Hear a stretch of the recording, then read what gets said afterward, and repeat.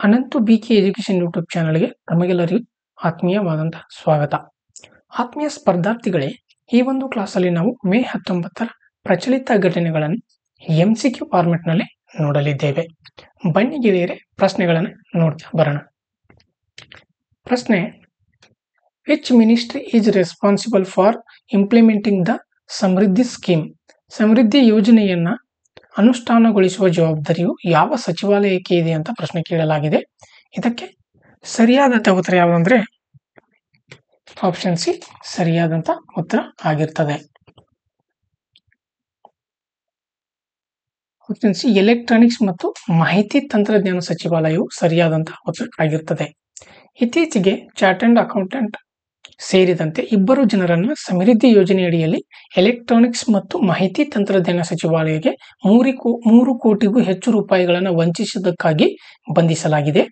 ಉತ್ಪನ್ನ ನಾವೀನ್ಯತೆ ಮತ್ತು ಅಭಿವೃದ್ಧಿ ಬೆಳವಣಿಗೆಗಾಗಿ ಸ್ಟಾರ್ಟ್ ಆಫ್ ಆಕ್ಸಿಲೇಟರ್ ಎಂಬುದು ಸಾಫ್ಟ್ವೇರ್ ಉತ್ಪನ್ನಗಳ ರಾಷ್ಟ್ರೀಯ ನೀತಿ 2019ರ ಅಡಿಯಲ್ಲಿ ಪ್ರಾರಂಭಿಸಲಾದಂತಹ ಮೇಟಿಯ ಒಂದು ಪ್ರಮುಖವಾದ ಕಾರ್ಯಕ್ರಮ ಇದಾಗಿರ್ತದೆ. ಇದು ಭರವಸೆಯ ಮಾಹಿತಿ ತಂತ್ರಜ್ಞಾನ IT ಆಧಾರಿತ ಸ್ಟಾರ್ಟ್ಅಪ್ಗಳನ್ನು ಆಯ್ಕೆ ಮಾಡಲು ಮತ್ತು ಅಳೆಯಲು ಅಸ್ತಿತ್ವದಲ್ಲಿರುವಂತಹ ಮತ್ತು ಹೊಸ ವೇಗವರ್ಧಕಗಳನ್ನು ಇದು ಬೆಂಬಲಿಸುತ್ತದೆ. ಈ ಯೋಜನೆಯು ಸ್ಟಾರ್ಟ್ಅಪ್ಗಳು ಗ್ರಾಹಕರು, ಹೂಡಿಕೆದಾರರು ಮತ್ತು ಜಾಗತಿಕ ಮಾರುಕಟ್ಟೆಗಳೊಂದಿಗೆ ಸಂಪರ್ಕ ಸಾಧಿಸಲು ಸಹಾಯವನ್ನು ಇದು ಮಾಡುತ್ತದೆ. ಹೌದಾ? ಇದು ಪ್ರತಿ ಸ್ಟಾರ್ಟ್ಅಪ್ಗೆ 40 ಲಕ್ಷದವರೆಗೆ ಒದಗಿಸುತ್ತದೆ ಮತ್ತು ವೇಗವರ್ಧಕದಿಂದ ಹೊಂದಾಣಿಕೆಯ ಹೂಡಿಕೆ ಅಗತ್ಯವಿರುತ್ತದೆ. ಈ ಒಂದು ಕಾರ್ಯಕ್ರಮವನ್ನು ಎಲೆಕ್ಟ್ರಾನಿಕ್ಸ್ ಮತ್ತು ಮಾಹಿತಿ ತಂತ್ರಜ್ಞಾನ ಸಚಿವಾಲಯ, startup hub, digital India corporation ಜಾರಿಗೆ ತಂದಿರುವಂಥದ್ದು. ಇನ್ನು ನೆಕ್ಸ್ಟ್ ಕ್ವೆಶ್ಚನ್: ಮೇರಿಯಂ river that was recently seen in news is located in which country? ಇತ್ತೀಚೆಗೆ ಸುದ್ದಿಗಳಲ್ಲಿ ಕಾಣಿಸಿಕೊಂಡಂತಹ ಮೇರಿಯಂ ನದಿಯು ಯಾವ ದೇಶದಲ್ಲಿ ಇದೆ ಅಂತ ಪ್ರಶ್ನೆ ಕೇಳಲಾಗಿದೆ. ಇದಕ್ಕೆ ಸರಿಯಾದಂತಹ ಉತ್ತರ ಆಪ್ಷನ್ ಡಿ ಬ್ರೆಜಿಲ್ ಸರಿಯಾದಂತಹ ಉತ್ತರ ಆಗಿರ್ತದೆ. ಇತ್ತೀಚೆಗೆ ಬ್ರೆಜಿಲ್ ಸರ್ಫರ್ ಒಬ್ಬರು ಹವಾಮಾನ ಬದಲಾವಣೆ ಮತ್ತು ಪರಿಸರ ಹಾನಿಯ ಬಗ್ಗೆ ಜಾಗೃತಿಯನ್ನು ಮೂಡಿಸಲು ಮೇರಿಯಂ ನದಿಯಲ್ಲಿ ಪೊರೊರೊಕಾ ಉಬ್ಬರವಿಳಿತದ ಅಲೆಗಳನ್ನು ಬಳಸಿದರು. ಈ ಮೇರಿಯಂ ನದಿ ಸುಮಾರು 800 ಕಿಲೋಮೀಟರ್ ಉದ್ದವಿದ್ದು ಉತ್ತರ ಬ್ರೆಜಿಲ್ನ ಮರಣಾವು ರಾಜ್ಯದ ಮೂಲಕ ಹರಿತದ. ಈ ಮೇರಿಯಂ ನದಿಯು ತನ್ನ ಪೊರೊರೊಕಾಗೆ ಹೆಸರುವಾಸಿಯಾಗಿದೆ. ಇದು ಸಮುದ್ರದ ಉಬ್ಬರವಿಳಿತಗಳು ನದಿಗೆ ನುಗ್ಗುವ ಬಲವಾದ ಉಬ್ಬರವಿಳಿತದ ಪೋರ್ವೆ ಆಗಿದೆ. ಪೊರೊರೊಕಾ ಎಂಬ ಪದವು ಟುಪಿ ಸ್ಥಳೀಯ ಭಾಷೆಯಿಂದ ಬಂದಿದೆ ಮತ್ತು ಸಮುದ್ರ ಮತ್ತು ನದಿ ನೀರು ಡಿಕ್ಕಿ ಹೊಡೆದಾಗ ಉಂಟಾಗುವ ದೊಡ್ಡ ಶಬ್ದದಿಂದಾಗಿ ಮಹಾಗರ್ಜನೆ ಇದು ಎಂದರ್ಥ. ಹೆಚ್ಚುತ್ತಿರುವ ಸಮುದ್ರದ ಉಬ್ಬರವಿಳಿತಗಳು ನದಿಯ ಹರಿವಿನ ವಿರುದ್ಧ ತಳ್ಳಿದಾಗ ಉಬ್ಬರವಿಳಿತದ ಬೋರ್ ರೂಪುಗೊಳ್ಳುತ್ತದೆ. ಆಗಾಗ್ಗೆ ವಸಂತ ಕಾಲದ ಉಬ್ಬರವಿಳಿತಗಳು ಮತ್ತು ಸೂಪರ್ ಮೂನ್ಗಳ ಸಮಯದಲ್ಲಿ ಕಾಣಿಸಿಕೊಳ್ತವೆ.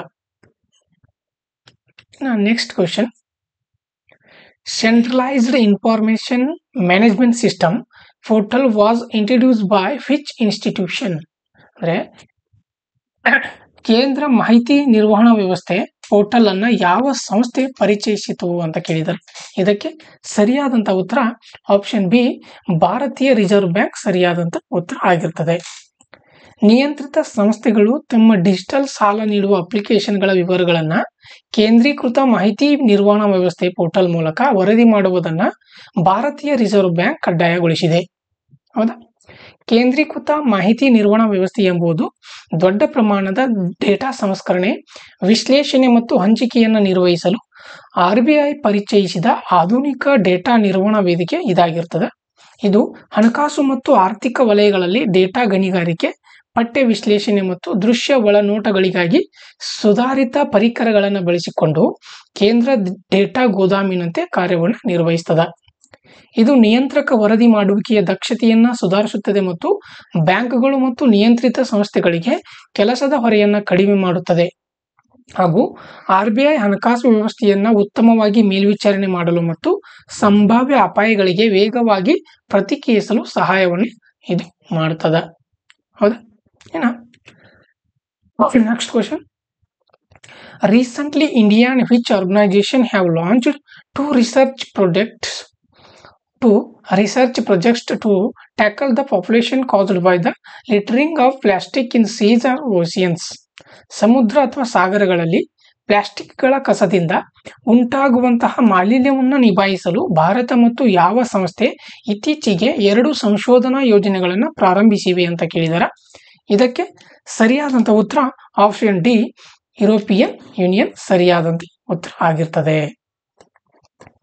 ಸಮುದ್ರ ಅಥವಾ ಸಾಗರಗಳಲ್ಲಿ ಸಾಗರ ಪ್ಲಾಸ್ಟಿಕ್ಗಳ ಕಸದಿಂದ ಉಂಟಾಗುವ ಮಾಲಿನ್ಯವನ್ನು ನಿಭಾಯಿಸಲು ಮತ್ತು ತ್ಯಾಜ್ಯವನ್ನು ಹಸಿರು ಹೈಡ್ರೋಜನ್ ಆಗಿ ಪರಿವರ್ತಿಸಲು ನವೀನ ಪರಿಹಾರಗಳನ್ನು ಅಭಿವೃದ್ಧಿಪಡಿಸಲು ಭಾರತ ಮತ್ತು ಯುರೋಪಿಯನ್ ಒಕ್ಕೂಟ 2 ಸಂಶೋಧನಾ ಯೋಜನೆಗಳನ್ನು ಪ್ರಾರಂಭಿಸಿವೆ.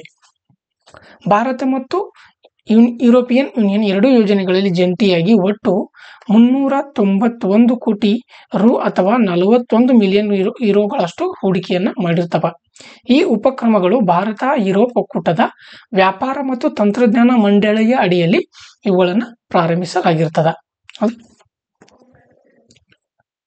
ಈ ಸಾಗರ ಪ್ಲಾಸ್ಟಿಕ್ ಕಸ ಯೋಜನೆಯ ಬಗ್ಗೆ ನಾವು ನೋಡೋದಾದ್ರೆ, ಸಾಗರ ಪ್ಲಾಸ್ಟಿಕ್ ಕಸ ಯೋಜನೆಗೆ ಕೇಂದ್ರ ಭೂವಿಜ್ಞಾನ ಸಚಿವಾಲಯ ಮತ್ತು ಯುರೋಪಿಯನ್ ಒಕ್ಕೂಟದ ಹಾರಿಜಾನ್ ಯುರೋಪ್ ಹಣಕಾಸು ನೆರವು ನೀಡಿದೆ.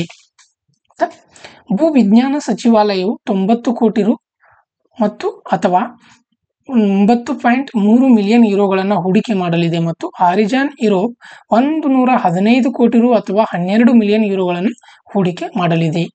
ಈ ಒಂದು ಯೋಜನೆಯ ಗುರಿ ಏನಂದ್ರೆ, ಸಮುದ್ರ ಅಥವಾ ಸಾಗರಗಳಲ್ಲಿ ಮೈಕ್ರೋಪ್ಲಾಸ್ಟಿಕ್ಗಳು, ಸಾವಯವ ಮಾಲಿನ್ಯಕಾರಕಗಳು ಮತ್ತು ಭಾರಲೋಹಗಳಂತಹ ವಿವಿಧ ಮಾಲಿನ್ಯಕಾರಕಗಳ ಸಂಚಿತ ಪರಿಣಾಮಗಳನ್ನು ಮೇಲ್ವಿಚಾರಣೆ ಮಾಡಲು, ನಿರ್ಣಯಿಸಲು ಮತ್ತು ತಗ್ಗಿಸಲು ನವೀನ ತಂತ್ರಜ್ಞಾನ ಮತ್ತು ಪರಿಹಾರಗಳನ್ನು ಅಭಿವೃದ್ಧಿಪಡಿಸುವಂತ ಗುರಿಯನ್ನು ಹೊಂದಿದೆ.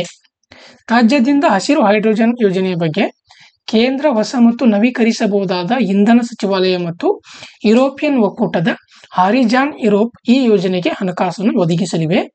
ಕೇಂದ್ರ ಹೊಸ ಮತ್ತು ನವೀಕರಿಸಬಹುದಾದ ಇಂಧನ ಸಚಿವಾಲಯವು 90 ಕೋಟಿ ರು ಅಥವಾ 9.3 ಮಿಲಿಯನ್ ಯುರೋಗಳನ್ನು ಹೂಡಿಕೆ ಮಾಡಲಿದೆ ಮತ್ತು ಹಾರಿಜಾನ್ ಯುರೋಪ್ 96 ಕೋಟಿ ಅಥವಾ 10 ಮಿಲಿಯನ್ ಯುರೋಗಳನ್ನು ಹೂಡಿಕೆ ಇದು ಮಾಡಲಿದೆ.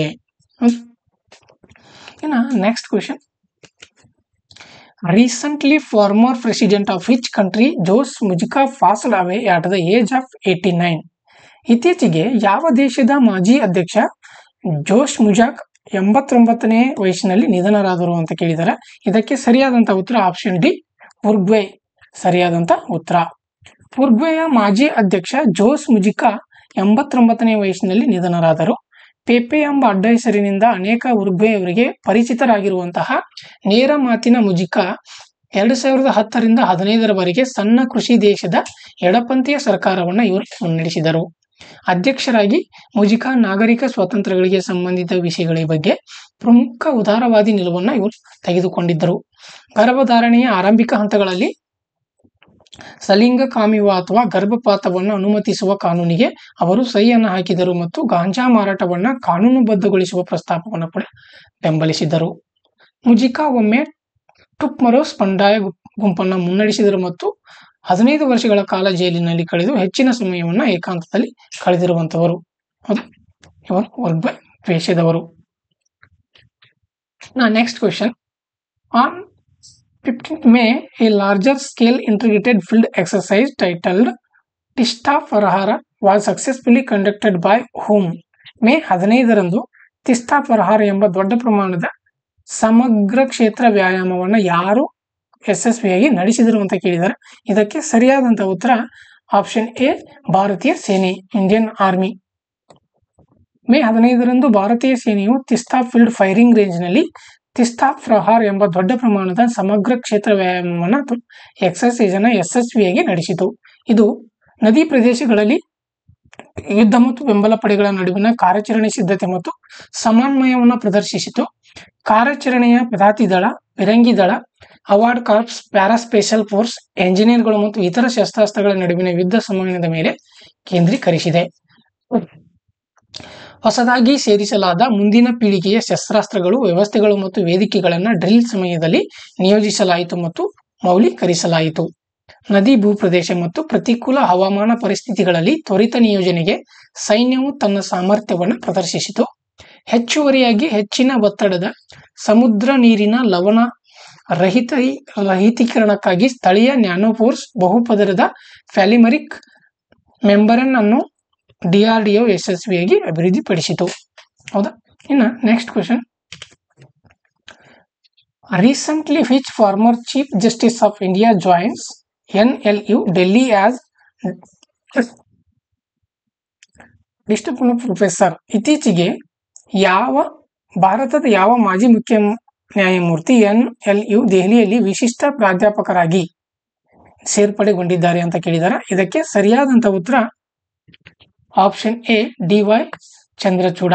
ಭಾರತೀಯ ಕಾನೂನು ಶಿಕ್ಷಣಕ್ಕೆ ಮಹತ್ವದ ಹೆಜ್ಜೆಯಾಗಿ ಭಾರತದ ಮಾಜಿ ಮುಖ್ಯ ನ್ಯಾಯಮೂರ್ತಿ ಡಾಕ್ಟರ್ DY ಚಂದ್ರಚೂಡ ಅವರನ್ನು ದೆಹಲಿಯ ರಾಷ್ಟ್ರೀಯ ಕಾನೂನು ವಿಶ್ವವಿದ್ಯಾಲಯದಲ್ಲಿ ವಿಶಿಷ್ಟ ಪ್ರಾಧ್ಯಾಪಕರಾಗಿ ಇವರನ್ನು ನೇಮಿಸಲಾಗಿದೆ.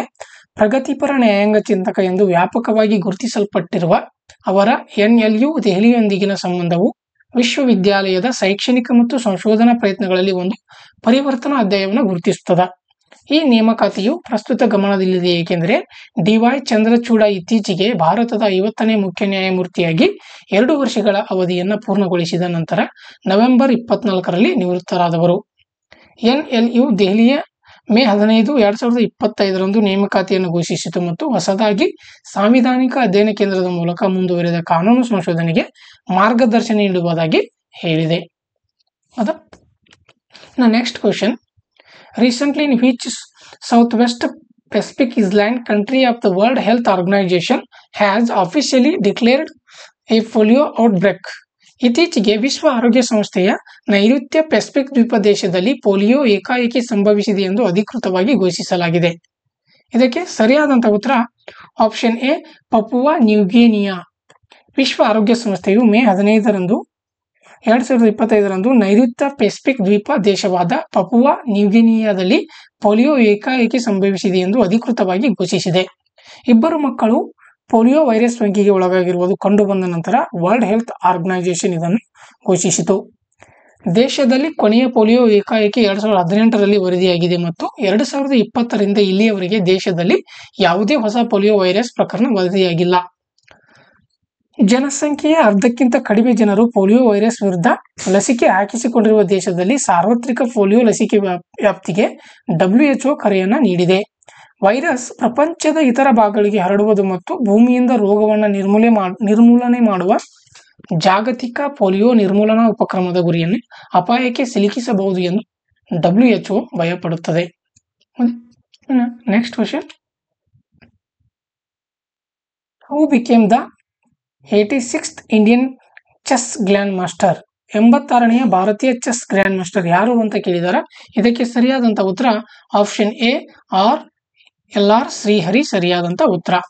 LR ಶ್ರೀಹರಿ 2025ರ ಏಷ್ಯನ್ ವೈಯಕ್ತಿಕ ಪುರುಷರ ಚೆಸ್ ಚಾಂಪಿಯನ್ಶಿಪ್ನಲ್ಲಿ ತಮ್ಮ 3ನೇ ಗ್ರ್ಯಾಂಡ್ ಮಾಸ್ಟರ್ ನಾರ್ಮ್ ಅನ್ನು ಗಳಿಸುವ ಮೂಲಕ ಭಾರತದ 86ನೇ ಚೆಸ್ ಗ್ರ್ಯಾಂಡ್ ಮಾಸ್ಟರ್ ಆದರು.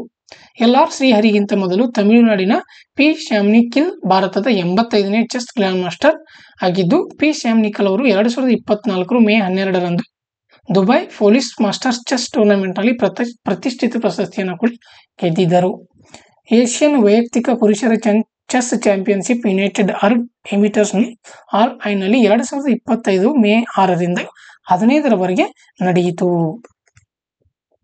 ಇನ್ನು next question, which state top the medal Tally of 7th Khelo India youth games 2025?